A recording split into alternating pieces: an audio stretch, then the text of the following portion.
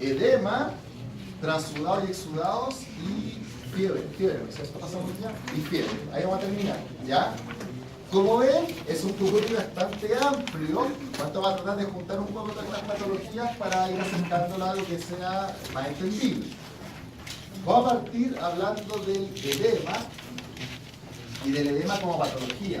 Obviamente el edema no es algo fisiológico, así que está dando algo fisiopatológico. Para entender el edema, esto es fisiología pura. ¿Cómo está esta pantalla? Para entender el edema, usted tiene que entender que nuestro peso corporal, y esto es de cuarto básico, corresponde al 60% líquido. Pero lo que a veces se nos olvida es que ese líquido se distribuye dentro de las células, en el espacio intersticial y también está en la parte del plasma, ¿ya? Por lo tanto, estamos hablando de un líquido intracelular, un líquido intersticial y un líquido a nivel vascular que va a ser la parte plasmática. Si nos fijamos en estas proporciones del 60%, la mayoría del líquido está en el intracelular. Pero la siguiente parte va a estar en el intersticial. Para los que no se acuerden de fisiología, recuerden que fuera de las células, antes de entrar a los capilares, hay un espacio que es el intersticial. Ese líquido sirve de intercambio a nivel celular y por lo tanto cualquier variación que tengamos de las concentraciones tanto de presión osmótica, estos son términos que no vamos a ver hoy día, que tiene que ver con la presión de las partículas coloides y la presión hidrostática, que tiene que ver con la presión del líquido, variación en el equilibrio, van a decir si va a ir para un lado o para el otro el líquido, ¿ya? Si este 15% se supera, va a generar edema. O sea, el edema es el aumento del líquido en el espacio intersticial. Sobre el 15% va a generar edema. Por lo tanto, ese traspaso de líquido a nivel intersticial puede tener distintos orígenes. El origen que se llama inflamatorio y el origen no inflamatorio. El origen inflamatorio va a corresponder a un aumento, una alteración en las paredes, ya sean tanto celulares como vasculares. Aquí principalmente hablamos del edema inflamatorio a nivel vascular. La unión celular del endotelio se altera y por lo tanto por ahí van a pasar proteínas que pueden arrastrar agua. El ejemplo más clásico del edema inflamatorio va a ser los quemados. La gente quemada tiene mucho edema porque esa reacción inflamatoria dañó la unión de las paredes, arrastró proteínas y por eso cuando a uno le hacen una transfusión no solo tiene que ir asociado al líquido, sino que va también a proteínas plasmáticas o albúminas, porque se pierde mucha proteína. Ese es un claro ejemplo de edema inflamatorio. El otro muy frecuente son las patologías sépticas. La sepsis, cuando tenemos un foco infeccioso, va a generar un estado inflamatorio en que el paciente termina con edema y termina intubado. Eso es porque todas las citoquinas inflamatorias dañan la unión de la pared, la permeabilidad y va a pasar agua. Pasa agua y genera un edema intersticial. Y la otra causa es el edema que se llama no inflamatorio. Y el edema no inflamatorio tiene que ver con alteraciones hemodinámicas. Y aquí estamos hablando tanto de disminución de la presión osmótica o oncótica, se está hablando de las proteínas, que disminuye la albúmina, o el aumento de la presión hidrostática, que son los casos que vamos a ver durante la clase. Entonces, el aumento de la permeabilidad, como les decía, en una primera instancia se va a separar las células, va a pasar líquido y posteriormente va a pasar proteína. El problema de las proteínas es que, como les decía, arrastra agua. Por lo tanto, va a generar un síndrome mucho mayor y va a ser mucho más complicado. Entonces va a generar un síndrome compartimental. ¿Se acuerdan la clase pasada que lo nombramos así al voleo porque eso es de medicina? Acuérdense que hablamos de los síndromes compartimentales apendiculares, que por ejemplo en la pata de elefante. Bueno, eso va a ocurrir cuando salga por ahí proteína, elimine más presión y arrastre más agua, y por lo tanto vamos a tener un síndrome compartimental. Se llama síndrome compartimental apendicular. Dentro de las causas tenemos el traumatismo, sepsis, mordeduras que van a generar sepsis, y aquí faltan las quemaduras. Lo que hacen en perros vemos pocos quemados, o sea, los vimos cuando fue el tema de Valparaíso, que ahí sí que fue complicado, pero aparte de catástrofes naturales, no es tan frecuente ver, ¿ya? Entonces, la clasificación de los edemas puede ser distinta si, por ejemplo, son edemas apendiculares, edemas de miembros, edemas generalizados, simétricos, asimétricos. Una de las clasificaciones de la edema es respecto a la causa del edema. Puede ser una causa local, puede ser una causa sistémica o puede ser una causa que genera aumento de la permeabilidad. Y la otra clasificación, vamos a la primera después, la otra clasificación es si por ejemplo es bilateral simétrico o unilateral. Esto lo pueden leer del paper que le envié a los apuntes, en que habla de la evaluación del edema pero de la parte clínica. En este curso de fisiopatología, como lo estoy haciendo yo, siempre he apuntado a la parte clínica, ya, lamentablemente o favorablemente. Entonces, el edema bilateral simétrico va a ser generalizado cuando tengamos una insuficiencia cardíaca. ¿Ya? Esto lo vamos a ver en fisiopatología cardiológica, pero si yo les digo por fisiología una insuficiencia cardíaca, dijimos edema generalizado, ¿de qué lado va a ser? ¿Derecho o izquierdo? ¿Ya? No puede ser de los dos. ¿Izquierdo o derecho? ¿Cuál es la circulación mayor y la menor? ¿Cuál es la menor? La del pulmón. Esa es la izquierda, ¿no es cierto?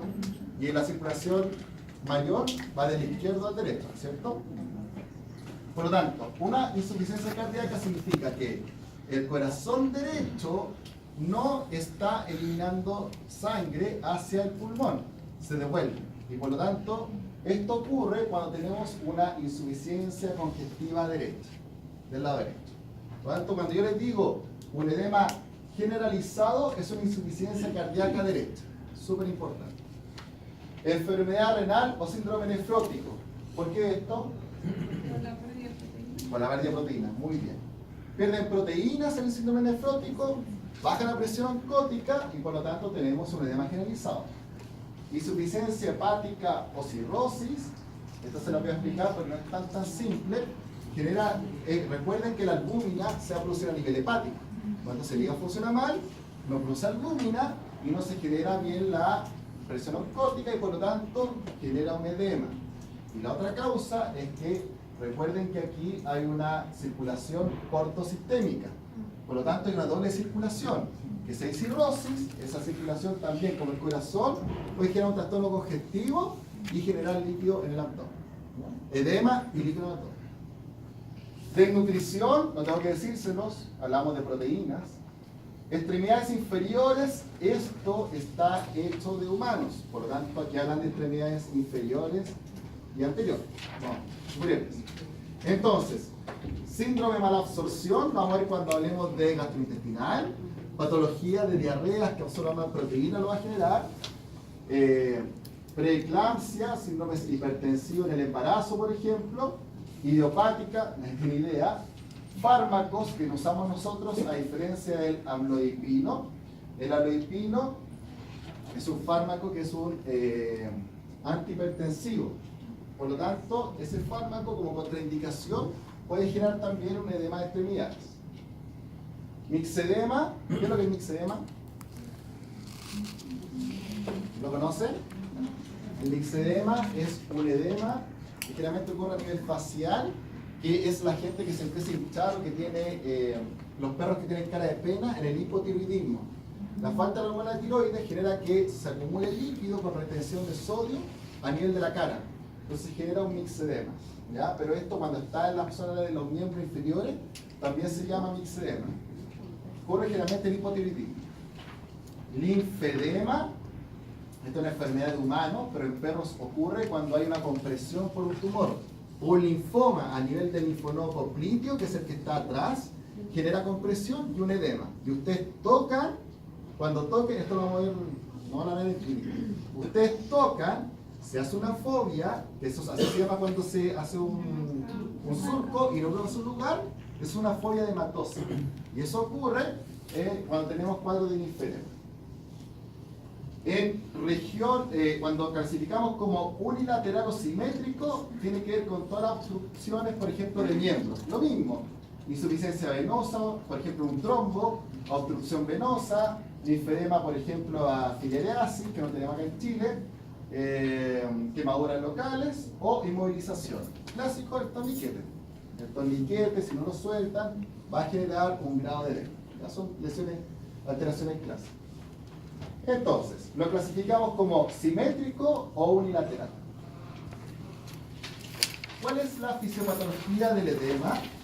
La fisiopatología ya la hemos hablado bastante y esto ustedes lo manejan ya. Tenemos una presión hidrostática aumentada o una presión cloidooncótica disminuida y eso va a generar un edema que corresponde a un transudado. Vamos a hablar después de los tipos de líquido de secreciones. ¿Qué es lo que va a ocurrir?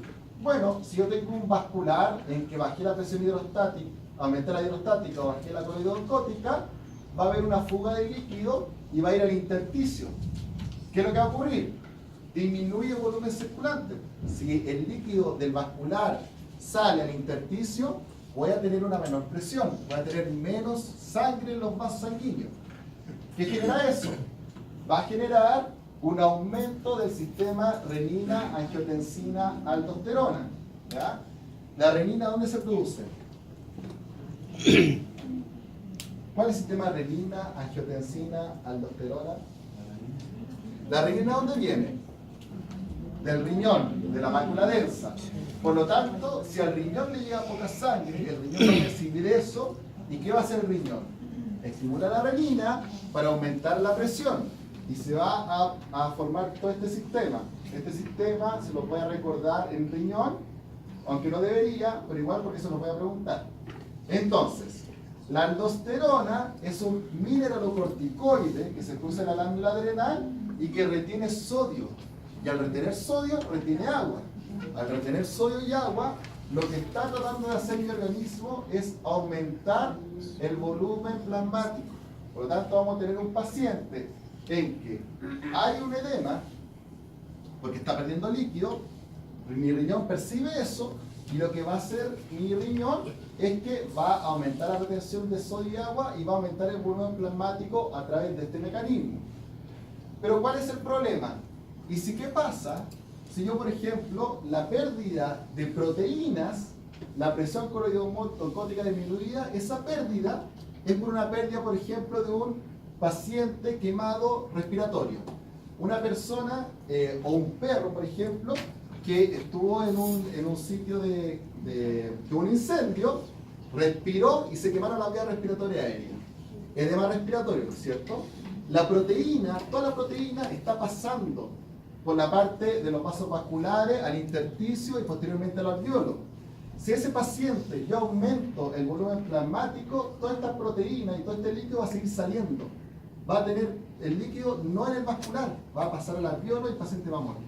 ¿Ya? Por eso también es que las reanimaciones rápidas en pacientes con edema son muy riesgosas, porque ese líquido, la pregunta es ¿a dónde va a ir? Entonces, cuando usted tenga un paciente quemado, vea bien la decisión de cuánto fluido le pasa para reanimarlo. Tenga ojo con eso, porque puede morir solamente de que va a tener líquido en los pulmones, edema pulmonar. Entonces, este es un mecanismo de protección del riñón. Por el otro lado, va a haber un aumento, cuando disminuye el volumen, de arginina y vasopresina. La vasopresina tiene como función retener agua. Esta la vamos a ver cuando veamos hormona endocrina. Pero esta es la de H, por si acaso. La antidiurética. Va a retener agua y al retener agua también aumenta el volumen plasmático.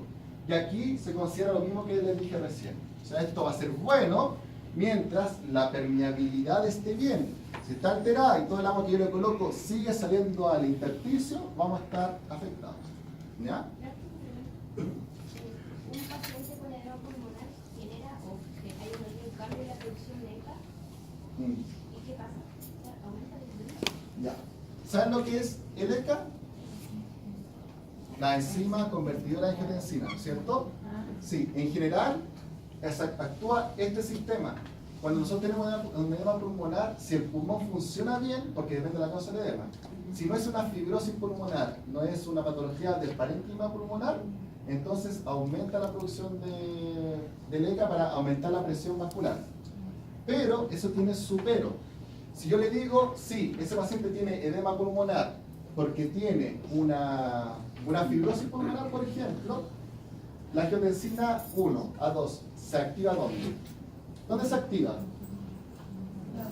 La pregunta de su compañera es súper buena. No, está mal. ¿Dónde se produce la renina en el riñón? La angiotensina 1, ¿después dónde se produce? En el hígado. Y la angiotensina 1 en el pulmón se va a activar. Si usted tiene una patología primaria, no hay activación, porque la ECA, como dijo su compañera, no está, que es la enzima convertida en angiotensina. Por eso es que, si tiene una patología pulmonar primaria, el parénquima, no se va a activar y vamos a estar mal. ¿Ya? Solamente si es un edema con pulmón normal, va a aumentar y va a hacer todo este sistema de transformación. Un alcance. Lo que le dijo su compañera, lo que preguntó, por si acaso, es cómo se van a hacer las preguntas de fisiopatología. ¿Ya? O sea, yo no les voy a preguntar, porque yo las voy a cambiar este año, no les voy a preguntar qué es un transudado probablemente, le voy a preguntar, bueno, si usted tiene un paciente que saca líquido, son las preguntas, hay que pensarlas. ¿Ya? Ese es un entre paréntesis. Entonces, las causas del edema, lo vuelvo a repetir por quinta vez: presión oncótica disminuida, presión hidrostática aumentada, alteración de la permeabilidad capilar que va a sacar proteínas o líquidos, y obstrucción linfática, lo pueden ver muy fácil en los tumores que se llaman linfomas. Esto es solo repetir lo mismo que ya hemos estado hablando todo este rato. La presión, esto lo haré después, la presión oncótica disminuida va a extravasar los contenidos líquidos. Causas de hipoalbuminemia, defecto en la ingesta, mala nutrición, defecto en la absorción intestinal, mala absorción, aumento de pérdidas, como bien dijeron ustedes, síndrome nefrótico, digestivas, enteropatías perdedoras de proteínas, pacientes que no están absorbiendo a nivel intestinal las proteínas, enfermedad hepática avanzada, no se produce albúmina, e incremento del metabolismo proteico en sepsis.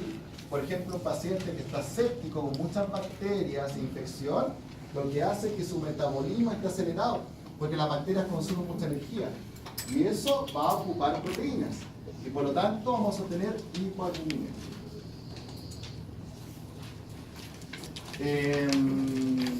Causa de aumento de presión hidrostática, hipertensión venosa sistémica, aquí se los coloqué, insuficiencia cardíaca derecha, pericarditis constrictiva. ¿Cuál es esa? El pericardio, si por ejemplo tenemos un hemopericardio o un hidropericardio, que es un pericardio con líquido que va entre la pared del miocardio y la tela, se puede decir, va a generar que se comprima el corazón, y al no expandirse va a haber una falla congestiva derecha. ¿Ya? Interferencia de retorno venoso, como les comenté, trombosis venosa, compresión venosa. Si usted tuviera un torniquete mucho rato puesto, también va a generar un edema. Y lo que vamos a tener acá siempre va a ser que vamos a tener más presión hidrostática aumentada más que oncótica disminuida. Fisiopatología del edema pulmonar. El edema pulmonar es uno de los edemas más complicados que hay. Generalmente va a estar causado por el otro lado, el lado de la circulación menor. Por lo tanto, vamos a tener una insuficiencia cardíaca izquierda, o puede ser por una estenosis mitrálica. ¿Ya? ¿Dónde está la tricúspide? ¿En qué lado? La tricúspide en el derecho, muy bien. Y la mitrálica en el izquierdo. Estenosis es que no se abra bien, por lo tanto hay acúmulo hacia arriba, y va a producir un aumento de la presión en diástole, cuando se entiende. Esto lo vamos a ver muy bien en cardio. Finalmente, lo que va a generar el problema cardiológico izquierdo es que vamos a tener una hipertensión venosa pulmonar y congestión de los capilares. ¿Ya? ¿Y qué es lo que va a ocurrir? Va a pasar líquido de los capilares a el alveolo. Y ahí es cuando vamos a tener un ruido que se conoce como crépito. Esto lo vamos a ver en un práctico de sonidos respiratorios. Posteriormente, si yo tengo mucho líquido que se está acumulando, ese líquido va a seguir, y por lo tanto el corazón derecho no va a poder expulsar sangre, porque tengo un tapón adelante. Entonces vamos a producir una falla que se llama retrógrada. Y vamos a terminar con un paciente que empezó con edema pulmonar, sigue con mucho líquido, va a ir al lado izquierdo y por lo tanto el líquido se va a acumular por el lado derecho después, perdón, al lado derecho, se acumula al derecho y el derecho ¿de dónde viene? Viene la circulación sistémica. Entonces va a acumular sangre y va a llegar al hígado. Y el hígado va a liberar sangre al abdomen. Entonces vamos a tener, no sangre, perdón, líquido. Vamos a tener ascitis y vamos a tener edema. Eso es lo que ustedes ven en un cardiópata. Un paciente cardiópata parte con líquido en los pulmones, en el alveolo, pero termina con líquido en el abdomen. Termina con ascitis, parte con edema, termina con ascitis. Eso es por la progresión de todo el cuadro cardiológico en que hay un acúmulo retrógrado de sangre. ¿Ya? ¿Por qué la furosemida ¿Con edema pulmonar? Ya, la pregunta fue, ¿por qué uno usa furosemida en edema pulmonar? La furosemida, para los que no lo conocen, es un fármaco que se llama diurético de asa. De asa, estamos hablando siempre de asa gel. Entonces, la idea de usar un diurético en edema es que yo si le doy un diurético, orina más. Al orinar más, pierde más líquido y por lo tanto digo, sí, el edema va súper bien. Pero, ¿qué pasa si yo les digo, bueno, en este caso, en que yo les estoy hablando de una insuficiencia cardíaca izquierda, en que hay aumento en líquido, yo lo disminuyo y por lo tanto mejora. Ahí sirve. Pero si yo les digo el edema pulmonar, por ejemplo, que es un edema pulmonar que fuera, por ejemplo, con pérdida de proteína, un edema pulmonar inflamatorio, un paciente séptico en que pasan proteínas por ahí. Si en ese caso ustedes le dan furosemida, al paciente lo van a deshidratar en vez de ayudarlo, porque ese paciente está muy deshidratado. Piensa que la proteína arrastró hacia el alveolo, arrastró agua. Y si yo más encima le doy un diurético, el vascular, que ya está hipotenso, va a quedar sin nada de sangre y va a morir. Entonces, diuréticos están indicados cuando usted tiene solamente pérdida de agua. Pero si tiene pérdida de agua y proteína, ese paciente tiene el vascular tan alterado que en realidad la furosemida está contraindicada. Si en edema pulmonar cardiogénico se usa un diurético de asa, ¿verdad? Y en un edema inflamatorio séptico está contraindicado. Este cuadro es solamente para que se recuerde que la circulación pulmonar menor y la circulación mayor a nivel pulmonar, y acá al lado derecho, hay un paciente en que tenemos un trombo, un ARC. Este es un ECMO, que es una enfermedad pulmonar obstructiva crónica, y por lo tanto, como tiene un trombo, va a haber un transudado, y fíjense que acá hay una flecha que va hacia el lado izquierdo del corazón, que es más gruesa que esta flecha. Es lo mismo que hablamos ahora. Si tengo un trombo a nivel pulmonar, ¿qué es lo que va a hacer? Bueno, la sangre se va a tender a devolver al corazón izquierdo, ¿ya? Y por lo tanto va a salir menos al corazón derecho, ¿ya? Esto es una imagen de lo que ocurre a nivel pulmonar cuando tenemos afección de la permeabilidad. Lo que yo les decía, aquí si se fijan hay un neutrófilo. Este es el vascular, este es el intersticio, este es el alveolo, estos son los neumocitos. Acuérdense, el neumocito tipo 2, todo eso. Entonces, este es un paciente con un edema cardiogénico y este es un edema pulmonar no cardiogénico, pero con un síndrome inflamatorio.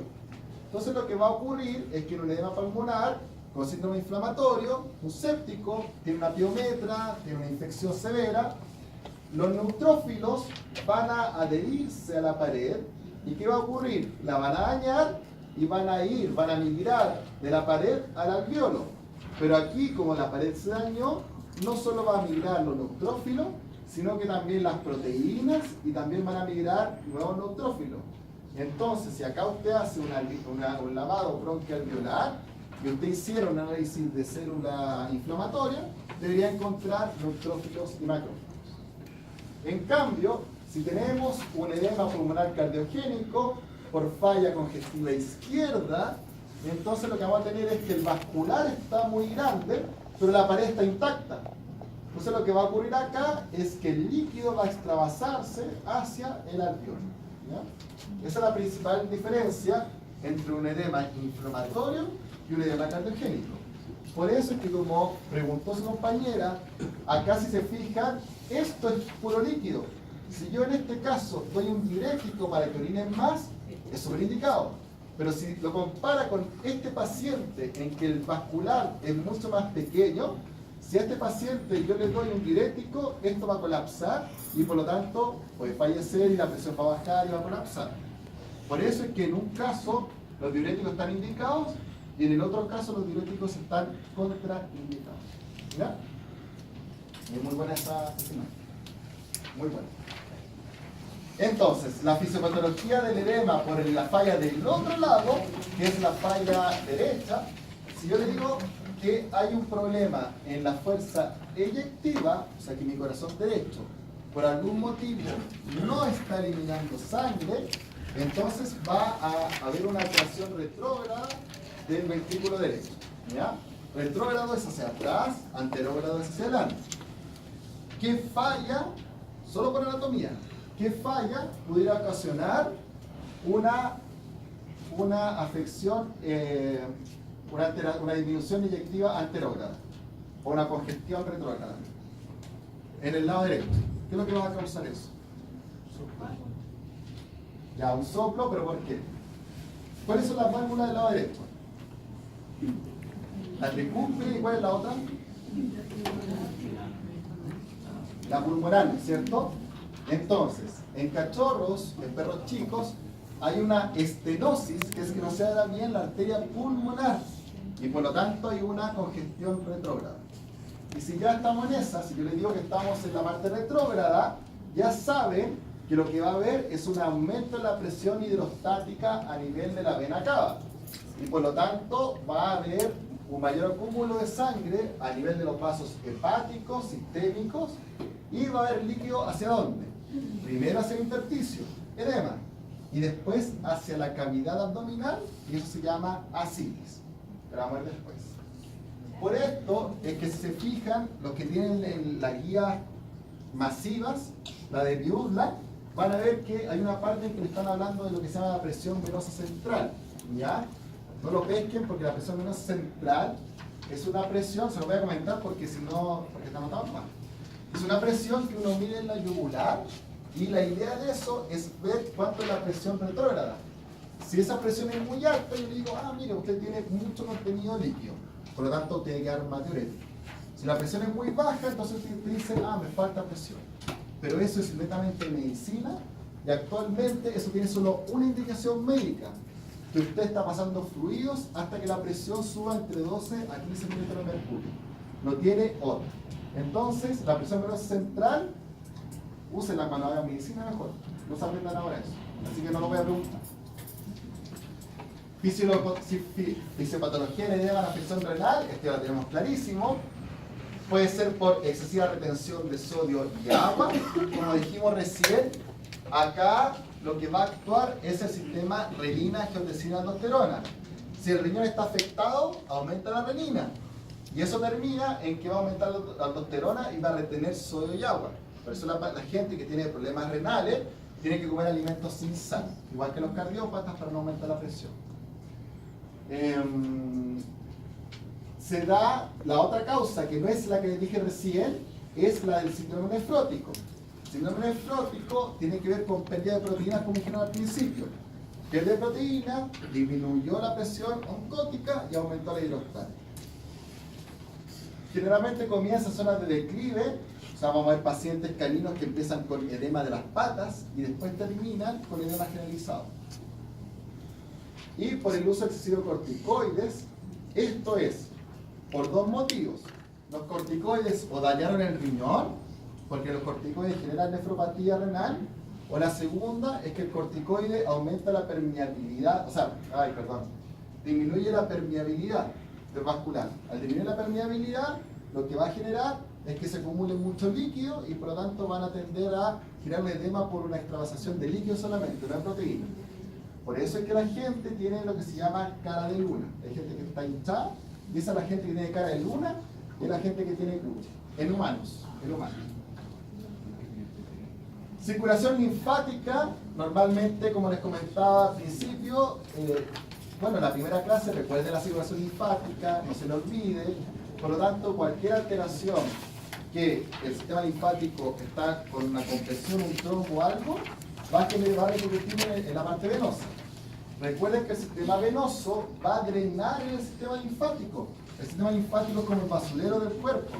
Por eso es que el sistema linfático va a los linfonodos, y ahí es donde van a actuar todos los sistemas inmunológicos, los complejos de inmunocompatibilidad, todo lo que ustedes ven en inmuno.